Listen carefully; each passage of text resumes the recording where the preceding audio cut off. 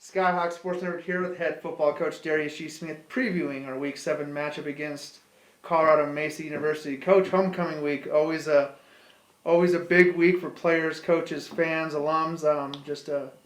Your thoughts on homecoming festivities first, and then we'll dive into the matchups. My thoughts on homecoming festivities. You know what?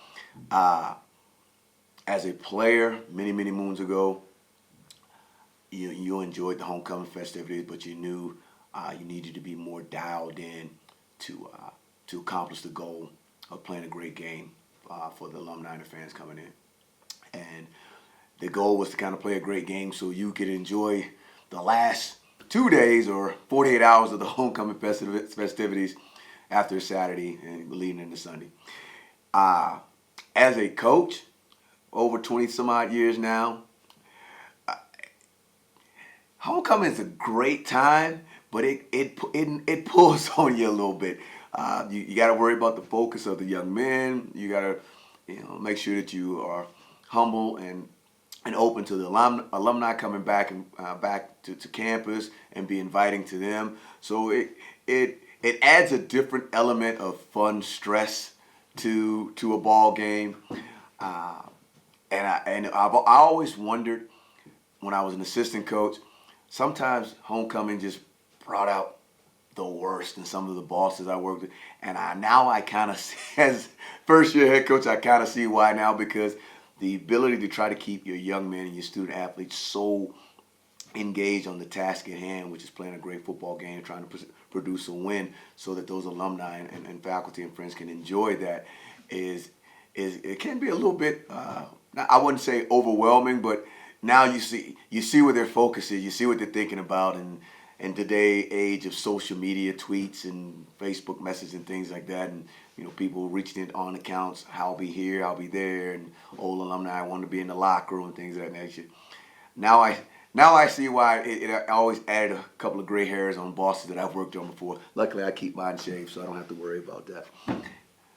And it'll be a special weekend for football. Honor the 1984 football team, and also bring back the program's all-time leading rusher, all-time leading rush touchdown leader, and Joe Moore as well. So, to have alumni like that back present and get it social, interact with your coaching staff, the kids, what's that like? That's going to be huge because, again, that 84 team is special. It was, the last RMAC Conference Championship team. Their banner hangs in Wayland right now.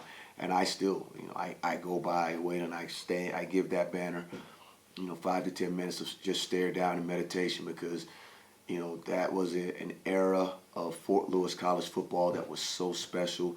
And that's part of the trying to build of the culture that I'm trying to bring back. So, obviously, nothing is where we want it to be from a record standpoint right now. But to have that team come back and some of those guys want to, speak to the team and then have a player like Joe Moore come back and just, you have to allow these young men to understand that these things are possible. And with the right step, the right dedication, which that 84 team obviously had to have. I've been blessed to be a part of some championship football teams. And that's a different mentality. That's a different culture. That's a different understanding of what's important, what's right, what should be done, what shouldn't be done. And as we're trying to get that culture here now, to have that team come back and to help usher in that foundation, help lay that ground, give some words of wisdom of how things can be if you're truly dedicated, and not just to hear it from the coaches, because we as coaches we say it time and time again, but we're kind of like parents sometimes. You talk to a kid about the do's and don'ts for so long, sometimes it goes in one ear and out the other. It needs to be that uncle that steps in, or that close relative, that neighbor who shares that same understanding of the importance of the event, the importance of the moment, the importance of the foundation of what you're trying to be about. So I'm excited to have that group come back. All right. And on the football field, we welcome in a very good Colorado Mesa team, very balanced Colorado Mesa team. What have you seen on film with the Mavericks so far? You hit it right on the head. They're balanced. They're balanced on offense. They're balanced on defense. I think Coach Jackson has done a great job of just putting a team together in a fashion, again, that embodies the environment of what the School of Colorado Mesa is, the culture that they're trying to bring in there, and it's clicking for them, and I cannot wait till where as a program can reach that, and so it's clicking for us. It's taking us a little bit longer, but that's okay to a certain degree. But they're a very, very balanced football team. They play hard. This is what people don't understand is this conference has a lot of good football teams. And again, the measuring sticks, in past have been the Mines and the Pueblos now, but now you're seeing what Western State's doing, what Jazz is doing, and what Tremaine is doing now at Colorado Mesa. And so I think, I want to put any pressure on anybody, even ourselves, as far as a power flip or anything like that. But this is a very, very good football conference, and teams are gonna get recognized on the national level. If now, I don't want them doing it at our expense. I want to make sure that we're able to compete and try to get W's out of all those instances we have. Unfortunately, we have not at this point in time. But they're a good football team. They're a balanced football team. They're as good as I expected them to be as they started the season, knowing what Coach Jackson could do from a recruiting standpoint and the environment over there. So, this is going to be exciting. Touching on that balance, I believe Mesa has 8 different players combined for their 14 rush touchdowns. So it's not just a bell cow back that they hit you with. They rotate in a lot of different running backs. Mm-hmm. What kind of challenges does that present to a defense when it's not just one guy you got to stop? It's 4 or 5 guys with fresh legs you got to stop. Because what you have to do from a defense standpoint. What our defense has to do is just understand each individual person and their strong suits. Because that's what you have to, that's what you have to combat, that's what you have to compete, that's what you have to defend.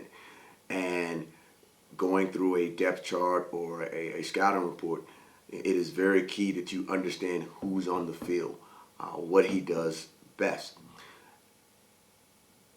That's usually the easier part, believe it or not.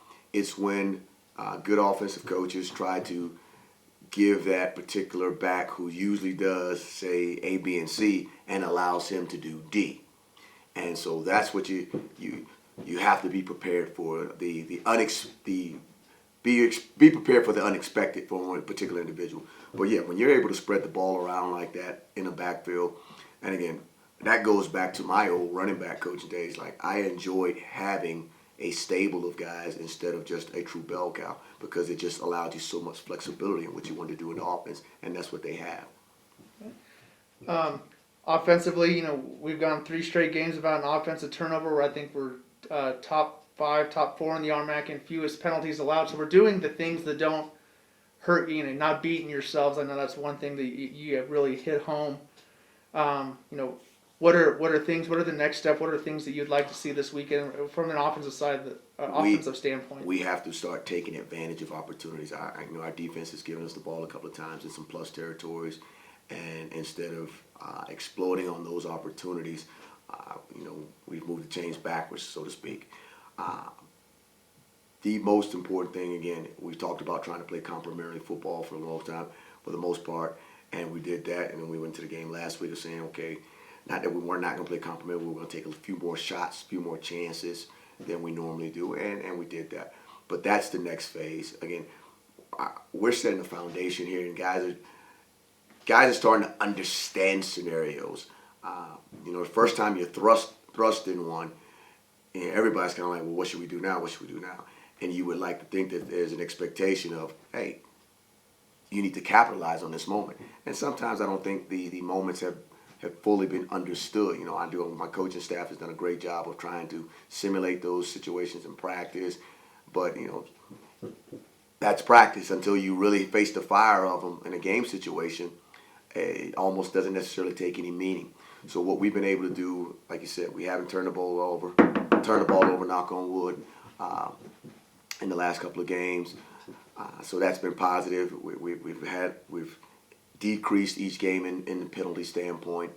So, those are positives in the right directions. But again, we understand. We want W's. The fans want W's. This program wants W, and we understand that. So, That's the next phase, to take those positives that we've already accomplished and turn them into wins.